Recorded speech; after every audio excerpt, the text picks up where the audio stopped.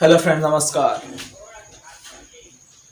आज हम लोग पढ़ेंगे एक बहुत ही महत्वपूर्ण टॉपिक जिसको कहते हैं हम लोग डायमेंशन, हिंदी में बोलते हैं बीमारी, जो कि 9, 10 एवं प्रतियोगी परीक्षाओं के लिए बहुत ही अहम भूमिका इसकी रही है। इसे बार बार प्रश्न पूछे जाते हैं। तो आज हम लोग देखेंगे अगर डायमेंशन ये बीमारी निकाली कैसे जाती है। बीमारी निकालने से पहले कुछ हम लोग इसके बेसिक फंडामेंटल समझेंगे, जिसमें सबसे पहला आता है द्रव्यमान, दूसरा पॉइंट आता है यहाँ पे हम लोग का समय, और तीसरा आता है लंबाई। ये 3 पॉइंट्स आते हैं। द्रव्यमान कभी भी वजन जो दिया है उसको कैपिटल एम से सूचित करते हैं हम लोग डायमेंशन निकालने के लिए, समय के लिए कैपिटल टी से, और लंबाई के लिए हम लोग जो प्रयोग करेंगे वो होगा एल। इसके अलावा हमें ये जो डायमेंशन हम लोग याद करते हैं तो इसमें एक और बात हमें ध्यान होना चाहिए कि अगर यहाँ पर लिखा रहता है m/l, तो अगर हम इन्वर्स में इसको अगर लिखना चाहे तो घातांक एवं करनी के सूत्र के अनुसार m और l जब ऊपर जाएगा तो ये इन्वर्स में हो जाएगा, तो इसको ऐसे भी हम लिख सकते हैं और इसे बड़े कोष्ठ की सहायता से हम लोग बंद कर देंगे। तो चलिए आज हम लोग इन सभी जो भौतिक राशियां दी गई है, इन भौतिक राशियों का ये संकेत है और संकेतों वाले ये सूत्र है। तो चलिए इसकी बीमारी हम निकालते हैं। किसी भी भौतिक राशियों का बीमारी ज्ञात करने के लिए हमें उसका सूत्र याद होना बहुत ही आवश्यक है। क्षेत्रफल का ए या एस से सूचित करते हैं और इसका लंबाई और चौड़ाई होता है। तभी बताया कि लंबाई दिया रहे या चौड़ाई दिया रहे या ऊंचाई दिया रहे तो इन तीनों को हम लोग, ये तीनों का तीनों लंबाई होता है, इसलिए तीनों के लिए हम लोग एल का प्रयोग करेंगे। तो चलिए हम सबसे पहले क्षेत्रफल का बीमारी निकालते हैं, इसकी बीमारी ज्ञात करते हैं। तो बीमारी हम लोग निकालेंगे कैसे, चलिए देखते हैं। लंबाई के लिए एल और चौड़ाई के लिए भी एल, तो एल तो इसका हो गया l²। अगर हम दूसरी बात करें लंबाई चौड़ाई ऊंचाई के, तो लंबाई के लिए भी एल, चौड़ाई के लिए भी एल और ऊंचाई के लिए भी एल, तो ये हो जाएगा हमारा l3। अगला हमारा फॉर्मूला आता है चाल या वेग। चाल या वेग दोनों को v से सूचित करते हैं और दोनों का सूत्र जो है चाल बराबर विस्थापन बट्टा समय या दूरी बट्टा समय। विस्थापन को हम लोग s से भी सूचित करते हैं।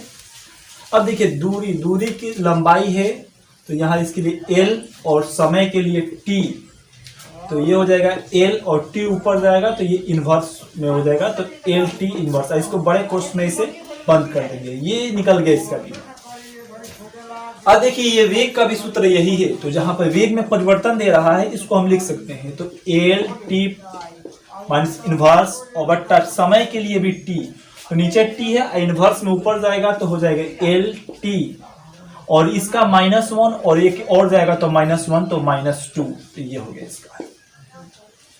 अगर उसी तरह हम लोग बात करें द्रव्यमान का, तो द्रव्यमान के लिए हम लिखते हैं m, और त्वरण का होता है मीटर सेकेंड स्क्वायर। त्वरण का मीटर सेकेंड इनवर्स ऐसे होता है मीटर सेकेंड स्क्वायर प्रति, तो उसको लिखने के लिए हम लोग मीटर के लिए लंबाई के लिए l लिख देंगे और सेकेंड के लिए समय है तो इसके लिए t लिख देंगे और इनवर्स, तो ये हो गया इसका।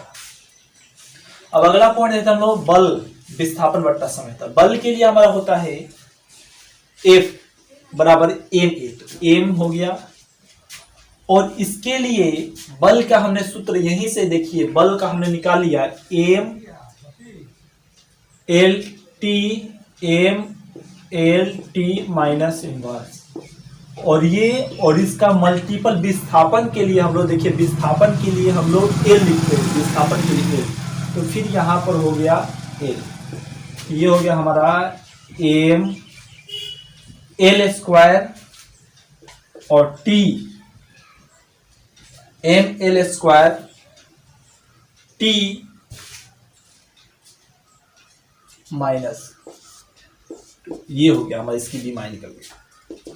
उसी प्रकार हम द्रव्यमान बट्टा वेग की निकाले, तो द्रव्यमान के लिए m और वेग के लिए देखिए, वेग हम अभी निकाले थे, वेग के लिए ये m l t पावर -1 हो जाएगा m l t इनवर्स, ये इसकी बीमारी निकल गई। अगला का पॉइंट समझते हैं जिसको 9वां है हमारा शक्ति। शक्ति को हम लोग P से सूचित करते हैं और इसका होता है कार्य बट्टा समय। तो कार्य बट्टा समय, तो कार्य का तो हमने यहां से निकाल चुके हैं, तो कार्य का चलिए इसका मान रख देते हैं। कार्य की हो गया m l² T minus square बट्टा समय के लिए टी, तो हो जाएगा एम एल 2 और देखिए एल 2 और टी 2 है माइनस में और एक और जाएगा तो 3, ये हो गया हमारा कार्य। अब हम लोग अगला पॉइंट निकालते हैं जिसको कहते हैं स्थितिज ऊर्जा, जिसको हम लोग ईपी से सूचित करते हैं, जिसका फॉर्मूला होता है ईपी बराबर mgh। जी गुरुत्वीय त्वरण है, गुरुत्वीय त्वरण को मीटर प्रति सेकंड से सूचित करते हैं।